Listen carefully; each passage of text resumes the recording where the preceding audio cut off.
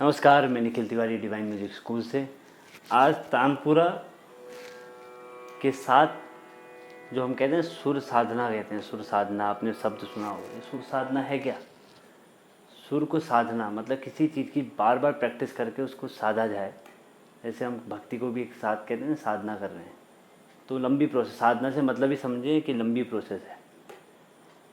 तो सुर के लिए कैसे हम प्रैक्टिस करें, तानपुरे के साथ कैसे हम मिलाएं, रियाज़ करने का तरीका क्या है इसमें। मॉर्निंग में कोई रियाज़ करता है तो सुर की ही करे, ज़्यादा अच्छा रहेगा। जिसको सुबह उठने की जल्दी आदत है तो सुबह का रियाज़ ये बहुत बढ़िया है। और इसी से अगर सुर में बजा लोगे तो वैसे ही आनंद आने लगेगा।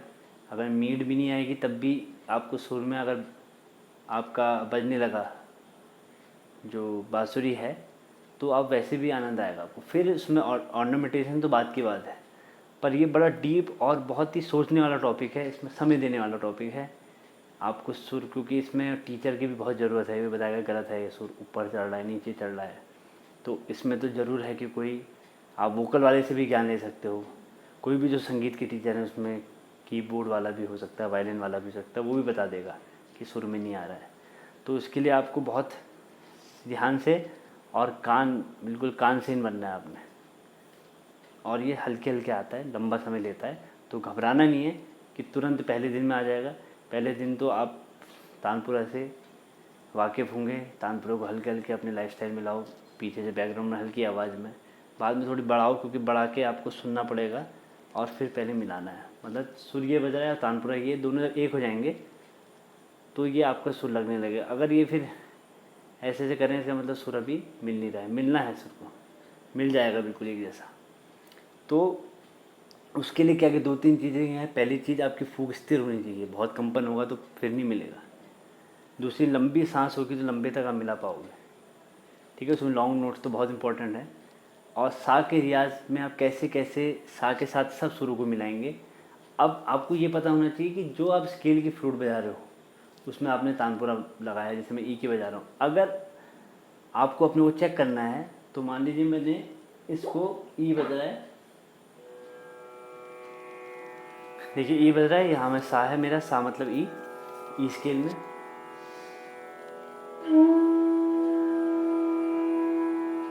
पहले हल्के हल्के मिला रहा हूँ। अब मुझे चेक करना है कभी ऊपर या नीचे कहीं चढ़ उतर रहा है तो मुझे यहाँ से एडजस्ट करना पड़ेगा, है ना। तो पहले मिलाने के लिए आपको थोड़ा 2-3 मिनट समय दीजिए अपने को, बिल्कुल ध्यान से सुनिए, फिर मिलेगा। कभी भी देखना है आर्टिस्ट जब परफॉर्म करते हैं तो वो थोड़ा टाइम लेते हैं, 10-15, क्यों लेते हैं, इसी चीज़ का टाइम लेते हैं। ऐसा नहीं इलेक्ट्रॉनिक इंस्ट्रूमेंट में जब बजाया तो तुरंत तबले वाला तबले को ठोक पीट करेगा, बांसुरी वाला क्या कहते हैं बांसुरी से मिलाएगा सुर को, चढ़ उतर आएगा, ऐसी तानपुरे वाला, ये सब क्या कहते हैं समय लेने वाले 10-15, क्योंकि थोड़े से में सुर बदल जाता है वुडन इंस्ट्रूमेंट का। अगर मान लीजिए हॉल में बहुत एसी है तो सुर आपका उतर गया तो फिर वो बांसुरी को अंदर दबा के चढ़ाएगा, तो उससे तानपुरा मैच करना है, उसी हिसाब से तबला भी फिर ट्यून करना पड़ेगा। तो ये सब चीज़ें हैं, इसलिए आप देखते होंगे जब भी कोई कॉन्सर्ट देखते हैं 10-5 मिनट वो पहले अपना ये सेटिंग करते हैं। ठीक है ना। तो आपने सांस ली गहरी,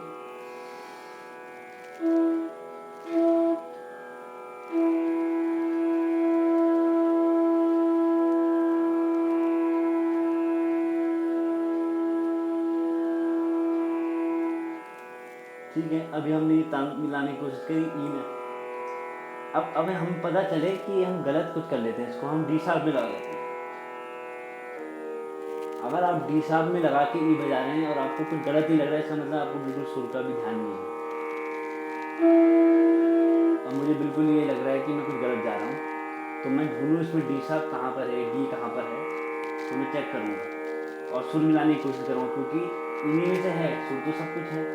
अगर यहाँ पर ई है तो डी भी होगा, एफ भी होगा, जी भी होगा, तो वो मैंने खुद ही ढूंढना है। जब मिल जाएगा मुझे, हाँ ये सुर मैंने सही बजाया, ये मिल गया मेरा, वो मेरा सा बन गया। ठीक है,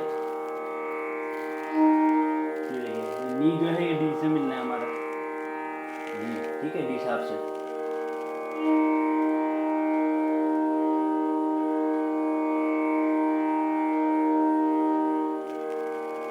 और ये सा बन गया, देखिए।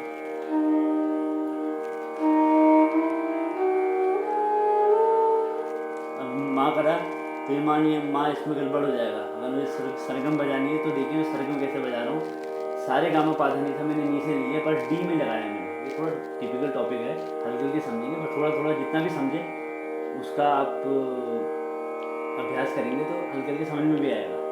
उसके लिए आपको थोड़ा सुनना पड़ेगा। देखिए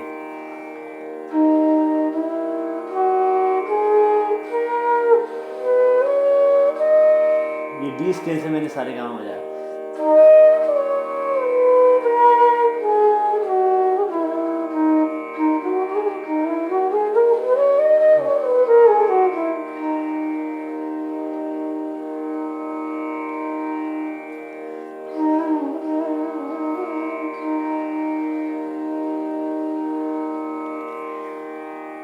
फिर हम ई में आ जाते हैं। अब ई की तो हमारी फ्लूट है तो सा हमारा है।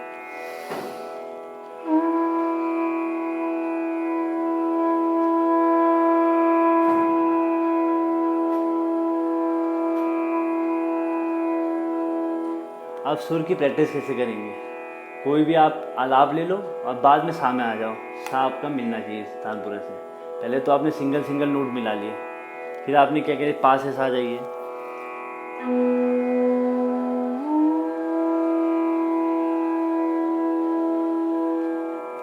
धा से जाइए,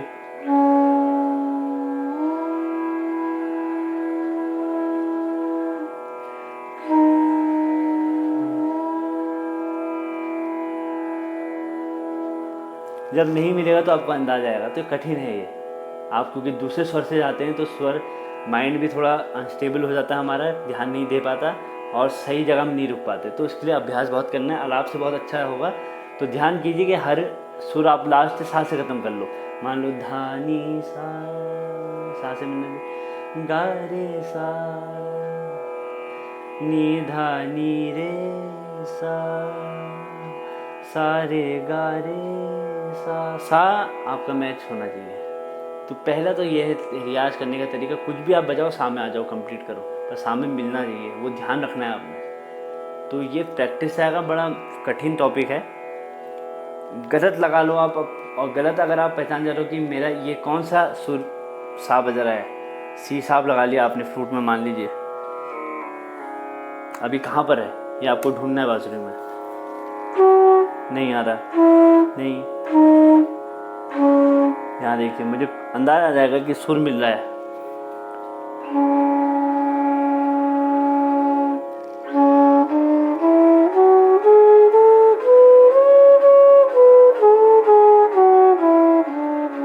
फिर वहाँ से मैं सरगम बजा लूँगा। पर सुर मिलना पहले एक आदत समझ में आ जाएगी। हाँ ये यहाँ सा है मेरा, इसमें सी साप लगा दिया तो वो मिल जाएगा। तो आपको अगर वो ये भी नहीं पता होगा ये सी साप बज रहा है तो आप ढूंढ लेंगे कहाँ पर है रही ये सुर है, धा है, ये धा इससे मैच कर रहा है, इस तानपुरा सी साप से धा मैच कर रहा है ई स्केल में। तो ये हल्के हल्के सुन के आता है। पहले हमसे भी नहीं होता था और आपको अभी दिमाग से ऊपर से जा रही है कि अरे क्या कह रहे हैं सर, क्या बात, कभी ये कर रहे, कभी यहाँ से सा ले रहे हैं, कभी यहाँ से सा ले रहे हैं। सब सा ही हैं, उसके ऊपर का रे हो जाएगा, उसके ऊपर का गा हो जाएगा। ठीक है ना? तो ये डिटेल टॉपिक है, समझने की कोशिश कीजिए कि सुर कितना इम्पोर्टेंट है आपको प्रैक्टिस करने के लिए। सुर अगर नहीं आएगा, सुर नहीं समझ में आएगा तो बाद में बड़ा आप ना तो अच्छे से गाने बजा पाएंगे ना खुद से बजा पाएंगे। फिर कितने भी आप प्रैक्टिस करें वो व्यर्थ है, आप खाली हाथ घुमाते रहेंगे पर सुर में नहीं है ना? तो पहले आप सुर का रियाज करें।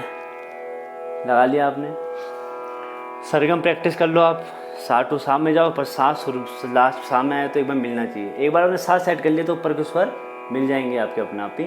बस फूक को ज़्यादा मत कीजिएगा। फूक ज़्यादा मत, रे में ज़्यादा फूक, गा में ज़्यादा फूक, वो मैंने पहले भी टॉपिक में बताया है। आप सुर में फूक ज़्यादा मत दीजिएगा। एक बार सा सेट कीजिए, उसी फूक में पूरा सारे गामा पा धा नी सा बजाइए।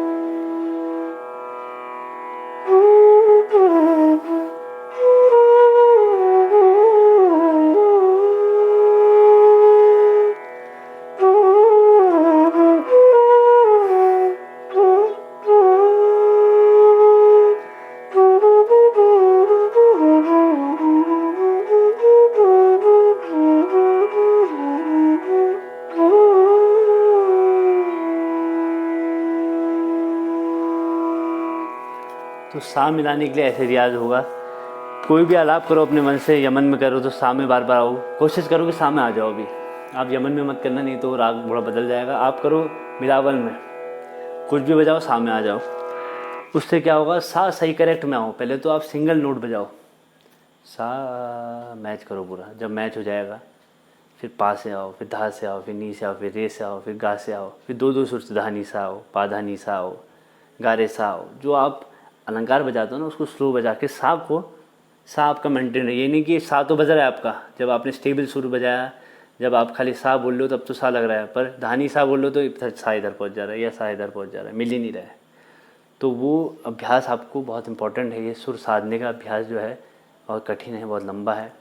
कठिन क्या होता है, लंबा समय लगता है तो कठिन हो जाता है। जिस चीज़ में ज़्यादा समय लगेगा तो वो चीज़ अपना आप कठिन हो जाएगी। अब जल्दी जल्दी चीज़ें आ जाती हैं, वो तो शुरू के 3 मंथ्स में तो बहुत चीज़ें जल्दी आ जाती हैं, क्योंकि उसमें आपने सुर में कुछ नहीं बजाना होता है, फिंगर्स आ जाएँ पकड़, आपको ग्रोथ भी लगती है। अरे मैं तो मीडियम पा बजा रहा हूँ, अरे अब तो मैं ये सुर बजाने लग गया, मैं तो हाई नोट बजाने लग गया। पर एक समय के बाद प्रोग्रेस कम दिखेगी आपको और मेहनत ज़्यादा लगेगी। फिर बारीक बारीक चीज़ें, गमक मीट सुर आना, बाकी तो सब आ गया आपको, फिंगर आ गई। अब फ्लुएंसी लाना उसी में आ तो गया है, पर उतना अच्छा नहीं बज रहा। अब अच्छा बजने की जो लड़ाई होती है वो सबसे कठिन होती है। तो इस वीडियो को आप थोड़ा सा समझाने में, कभी कभी ऐसा होता है कि बोलते बोलते कहीं पर ऐसा होता है कि अच्छे से नहीं समझा पाए, तो आप मुझे बता देना, मैं और अच्छे से इसको समझाने की कोशिश करूँगा। क्योंकि मैं कोई रट के आता नहीं हूँ, जो मेरे अंदर भाव है और जो मुझे लगता है, जो मैंने अपनी इस जर्नी में किया है, वो मैं आपको बताने की कोशिश करता हूँ। तो और आप लोग का सहयोग ऐसे मिलता रहे। आप ज़रूर लाइक कीजिएगा और सब्सक्राइब भी कीजिएगा, उससे हमारा चैनल भी ग्रो होगा। बाकी आप लोग हमसे जुड़ते हैं और कमेंट्स करते हैं, मैं उनके पूरा रिप्लाई करने की कोशिश करता हूँ। और फिर मिलते रहेंगे। आप लोग स्वस्थ रहिए, मस्त रहिए, आगे मिलते रहेंगे। बहुत बहुत धन्यवाद, नमस्कार।